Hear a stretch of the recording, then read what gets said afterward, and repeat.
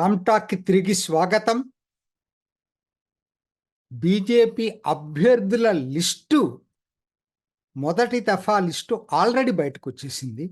అందరికన్నా చాలా ముందుగా బీజేపీ ఈసారి రంగంలోకి వచ్చింది. ఎందుకంటే పోయినసారి ఎన్నికల నోటిఫికేషన్ వచ్చిన 10 రోజుల తర్వాత లిస్టు బయటకు వస్తే ఈసారి 15 రోజుల ముందుగానే బయటకు వచ్చింది. అంటే 15 అంటే అనుకుంటున్నాం. 13 దాకా ఎన్నికల కమిషను రాష్ట్రాల పర్యటనలు ఉన్నాయి కాబట్టి 13 తర్వాత ఏ క్షణమైనా రావచ్చు అనేది అందరి అంచనా. సరే, ఇంతకీ మన తెలంగాణ సంగతి ఏంటి? తెలంగాణలో 9 సీట్లు ఇప్పటికే ప్రకటించారు. ఇది కూడా added advantage to BJP in Telangana. చాలా ముందుగా, అందరికన్నా ముందుగా అభ్యర్థులను ప్రకటించారు. కానీ ప్రకటించడమే కాదు, పెద్దగా వివాదాలు లేవని చెప్పొచ్చు.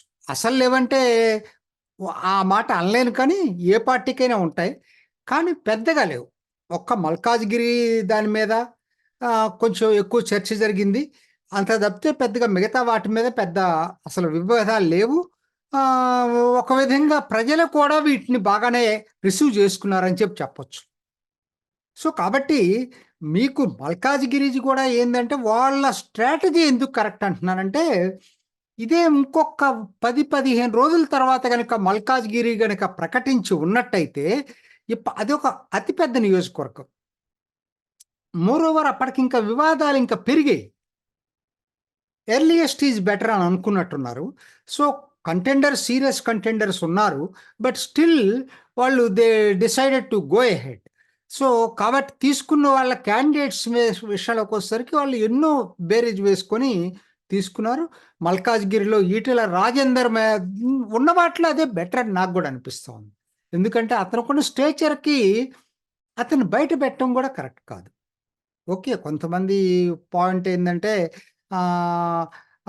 మురళీధరరావు చాలా నుంచి బీజేపీలో చాలా కీలకమైన పాత్ర పోషించాడనేది, దాన్ని ఎవరు కాదనట్లేదు. దానికి ఖచ్చితంగా బీజేపీ ఎక్కడ అకామిడేట్ చేయాలో అక్కడ అకామిడేట్ చేస్తుంది.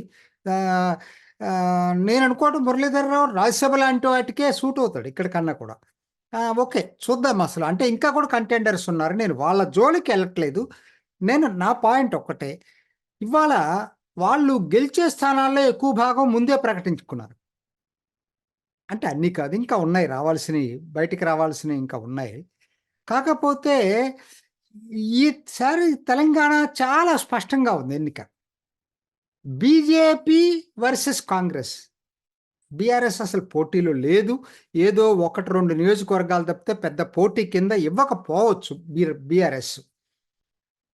కాంగ్రెస్కి స్ట్రాంగ్గా చూసుకునేటట్టయితే మీకు వరుసగా ఖమ్మం, నల్గొండ జిల్లాలో ఖమ్మం, మెహబూబాబాదు, నల్గొండ, అట్లానే నా దృష్టిలో కోల్బెల్ట్ ఏరియా, పెద్దపల్లి, ఈ 4 కూడా ఆటోమేటిక్గా కాంగ్రెస్ గెలిచే అవకాశాలు ఎక్కువ ఉన్నాయి. సరే, బీజేపీ వరకు వచ్చేసరికి ఎప్పట్లాగానే ఆదిలాబాద్, కరీంనగర్, నిజామాబాద్, నార్త్ తెలంగాణ మాత్రం ఇంకా పటిష్టంగా బీజేపీకి అదవరకు కన్నా ఎక్కువ మెజారిటీతో గెలుస్తారు. నిన్నటి ఆదిలాబాద్ మోడీ సభ చూస్తేనే అర్థమవుతుంది. అద్భుతంగా జరిగింది నిన్న ఆదిలాబాద్ సభ.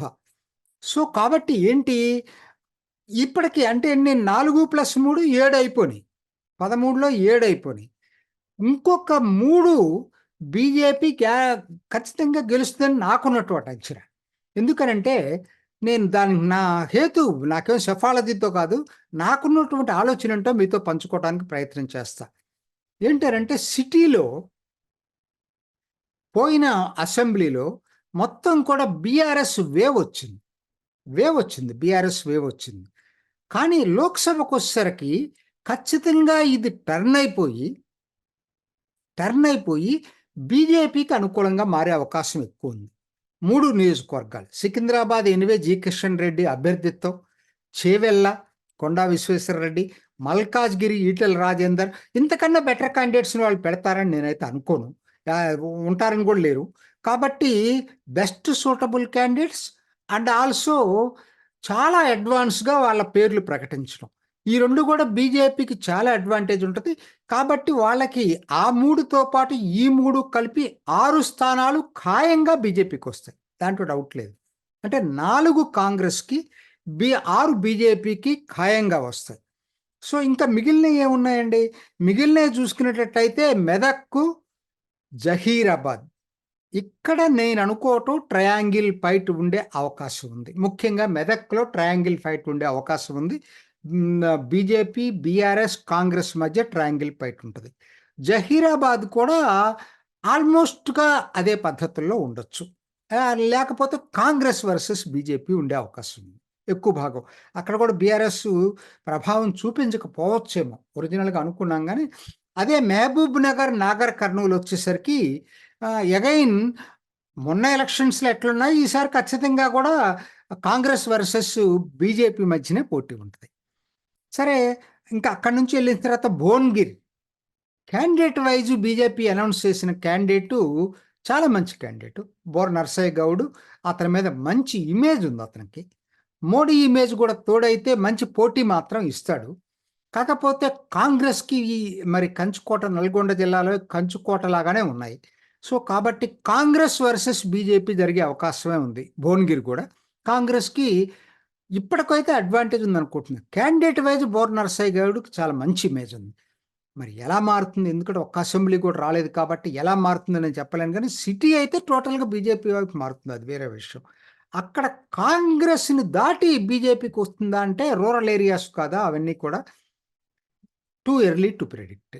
అట్లానే నెక్స్ట్ వరంగల్ వచ్చేసరికి కాంగ్రెస్కి అడ్వాంటేజ్ ఉండొచ్చు, బట్ సిటీలో వచ్చేసరికి మళ్ళీ బీజేపీకి అడ్వాంటేజ్ ఉంది. సో అక్కడ కూడా కాంగ్రెస్కి ఎడ్జ్ ఉన్న బీజేపీ, బీఆర్ఎస్ కూడా పోటీ ఇచ్చే అవకాశం ఉంది వరంగల్. సో ఇదండి, ఈ మొత్తం 6 నియోజకవర్గాల్లోనే పోటీ ఉంటుంది నా దృష్టిలో. నేను హైదరాబాద్ని పక్కన పెట్టాను కావాలని. హైదరాబాద్ ఎందుకు నేను పక్కన పెట్టానంటే, హైదరాబాద్ చాలా ఇంట్రెస్టింగ్గా ఉంది, చాలా ఇంట్రెస్టింగ్ ఉంది. అసెంబ్లీ ఎన్నికల్లో కూడా మంచి పోటీ ఇచ్చింది బీజేపీ. అంటే గెలిచే పోటీ కాకపోయినా ఎప్పుడూ లేనంత ఓటింగ్ పర్సంటేజ్ వచ్చింది హైదరాబాద్లో. ఈవిడ పర్టికులర్గా హైదరాబాద్లో ఈసారి 2 ఫ్యాక్టర్స్ అండి. ఒకటి, బీజేపీ క్యాండిడేటు చాలా నిన్న ఒక్కరోజు నేను ఆవిడ మాట్లాడింది CNN న్యూస్ 18లో, ఇండియా టుడేలో విన్నాను. రెండిట్లో కూడా చాలా పాలిష్డ్గా, చాలా నీట్గా మాట్లాడింది ఆవిడ. అందరు ఏమనుకున్నారంటే హిందూ ముస్లిం దీని మీద మాట్లాడుతుంది అనుకున్నారు. అస్సలు మాట్లాడలేదు. ఆవిడ అందే ఏంటంటే, అసలు ఈ కాంటెస్ట్ హిందూ ముస్లిం కాంటెస్ట్ కాదు, మిగతా నియోజకవర్గాల్లో అభివృద్ధి ఉండి పాత బస్తీలో హైదరాబాద్ నియోజకవర్గంలో అభివృద్ధి ఎందుకు లేదు, దిస్ ఈజ్ ఆవిడ ఎంచుకున్నటువంటి అంశం ప్రధానంగా అది. రెండోది మహిళలు, ముఖ్యంగా పాత బస్తీలో ఉన్నటువంటి మహిళలు అత్యంత దారుణంగా వాళ్ళకున్నటువంటి హక్కులన్నీ హరించకపోయాయి కాబట్టి వాటి మీద ఇప్పటికే ఆవిడ పనిచేస్తుంది అనేది ఆవిడ సారాంశం. మూడోది ఇన్ఫ్రాస్ట్రక్చర్. మిగతా హైదరాబాద్ సిటీ అంతా అంత బాగా డెవలప్ అయితే హైదరాబాద్ నియోజకవర్గంలో ఎందుకు ఇన్ఫ్రాస్ట్రక్చర్ లేదు? దీనికి కారణం ఏంటి? మరి ఆయన ఇప్పటి నుంచి కూడా ఎంఐఎం కిందనే ఉంది ఆ నియోజకవర్గం, ప్రజల్ని పట్టించుకోకపోవటం. సో ఇవన్నీ కూడా పాలిష్డ్గా ఆవిడ మాట్లాడుతుంది కాబట్టి ఇప్పటి వరకు హిందూ ముస్లిం పాత బస్తీలో ఉన్నటువంటి కాన్ఫ్లిక్ట్ నుంచి ఆవిడ development, non development, women particularly how they were suppressed in the Hyderabad constituency, వీటి మీద కాన్సన్ట్రేట్, మాట్లాడే పద్ధతి, కమ్యూనికేటివ్ స్కిల్స్ అద్భుతంగా ఉన్నాయి ఆవిడకి. నాకు వచ్చినటువంటి అభిప్రాయం, ఫస్ట్ ఇన్స్టెంట్ రియాక్షన్ నాది అది. ఆవిడ ఇదొకటి, అంటే అభ్యర్థిత్వం ఎప్పుడూ లేనంతగా యాడెడ్ అడ్వాంటేజ్ బీజేపీకి ఉంది. రెండోది, అయినా కూడా హైదరాబాద్ పార్లమెంటరీ నియోజకవర్గంలో 60% పైన ఉన్నారు కాబట్టి, ఆల్మోస్ట్ 65 ఉంటారేమో, నాకు అది ఇంకా డీటెయిల్డ్గా నేను చూస్తాను. ఓవర్వెల్మింగ్ మెజారిటీ ముస్లిమ్స్ కాబట్టి అక్కడ మరి ముస్లిమ్స్ ప్రాబ్లం ఎక్కడొస్తుందంటే, హిందూస్ డివైడెడ్గా ఉంటారు ఎక్కడ పట్టినా కూడా. ముస్లిమ్స్ ఎవరికేసినా ఒకవైపే మొగ్గు చూపిస్తూ ఉంటారు. సో ఇక్కడ కూడా ఓవైసీకి ఇన్నాళ్ళ నుంచి కంచుకోటగా ఆయన గెలుస్తున్నాడు, ఆయన ఫాదర్ సుల్తానుద్దీన్ ఓవైసీ గెలిచాడు. ఎందుకనంటే అది వాళ్ళు కన్సాలిడేటెడ్గా ఓటేస్తున్నారు ఎటు వేసినా కూడా. ఈసారి మరి నిజంగా కాంగ్రెస్ కనుక మైనారిటీల ఓట్ల మీద బాగా కాన్సన్ట్రేట్ చేసి ఉంటే స్ట్రాంగ్ క్యాండిడేట్ని పెట్టాలి, ముస్లిం క్యాండిడేట్ని అందరూ అనుకోవటం. నిజంగా స్ట్రాంగ్ క్యాండిడేట్ని గనక పెట్టి కాంగ్రెస్ పార్టీ సీరియస్గా కంటెస్ట్ చేసేటట్టయితే మాత్రం హైదరాబాద్లో ముస్లిం ఓట్లు చీలటం అనేది జరుగుతుంది. అది జరిగిందంటే మాధవీలతకి అడ్వాంటేజ్ ఉంటుంది. ఒకటి ఆవిడ యాక్టివ్, ఆవిడ ముస్లిం స్త్రీలలో కూడా పనిచేస్తుంది. ట్రిపుల్ తలాక్ అప్పుడు పనిచేసింది, మాల్ న్యూట్రిషన్ మీద. తర్వాత ఆవిడ స్వచ్ఛ భారత్ కింద ఆవిడ స్వయంగా టాయిలెట్స్ కట్టించింది ఆ ఏరియాలో. సో కాబట్టి she has not only political life, she has the social life. Social యాక్టివిస్ట్గా కూడా అక్కడ కొంత పేరుంది. అక్కడ ఆవిడ ధర్తీపుత్రి, ఆ ఏరియాకి ఏకత్పుర అసెంబ్లీకి సంబంధించినటువంటి వ్యక్తి. సో కాబట్టి ఇన్ని ఫ్యాక్టర్స్ మీద కాంగ్రెస్ గనక సీరియస్ కంటెస్ట్ గనక పెట్టేటట్టయితే హైదరాబాద్లో లోపాయికారి ఒప్పందం ఎంఐఎంతో చేసుకోకుండా సీరియస్గా క్యాండిడేట్ని పెట్టేటట్టయితే మాత్రం ఖచ్చితంగా మాధవీలత టఫ్ ఫైట్ ఇవ్వబోతుంది ఈసారి ఓవైసీకి. ఇది మాత్రం నిజం, జరగబోయేది ఇది. సో ఏది ఏమైనా ఇవాళ ఆవిడని పెట్టడం అనేది ఒక మాస్టర్ స్ట్రోక్ బీజేపీ వైపు. సో ఇవన్నీ చూసినప్పుడు ఏమైపోతుందంటే, నేను ఇందాకనే చెప్పాను, కొన్ని కొన్ని గ్యారంటీ సీట్లు బీజేపీకి ఉన్నాయి, కొన్ని గ్యారంటీ సీట్లు కాంగ్రెస్కు ఉన్నాయి. నాకైతే బీఆర్ఎస్కు ఒక్కటి కూడా గ్యారంటీ సీట్ కనపట్లేదు. మెదక్లోనే వాళ్ళు పోటీ ఇవ్వబోతున్నారు.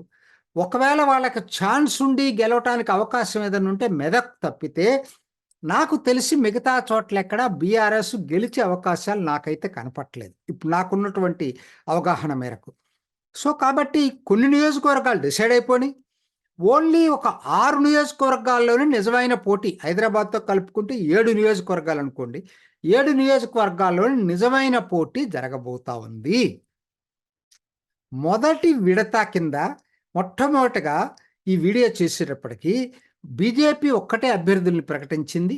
యాడెడ్ అడ్వాంటేజ్ బీజేపీకి వచ్చింది దానివల్ల. చూద్దాం ఇంకా ముందు ముందు ఎట్లా ఉండబోతుంది తెలంగాణ ఎన్నికలు వేడి రాజకీయ రంగు అనేది ఎప్పటికప్పుడు మనం తెలుసుకోవడానికి ప్రయత్నం చేద్దాం. ఇది ఈనాటి రామ్ టాక్. ఇంకొక ఎపిసోడ్లో మళ్ళీ కలుసుకుందాం. నమస్తే. చూసారు కదండి, మరి ఈ వీడియో కనుక మీకు నచ్చినట్లయితే ఒక లైక్ కొట్టేసి మీ అభిప్రాయాన్ని కూడా కామెంట్ బాక్స్లో తెలియజేస్తూ ఇలాంటి ఇంట్రెస్టింగ్ అప్డేట్స్ కోసం మా ఛానల్ని సబ్స్క్రైబ్ చేసుకోండి.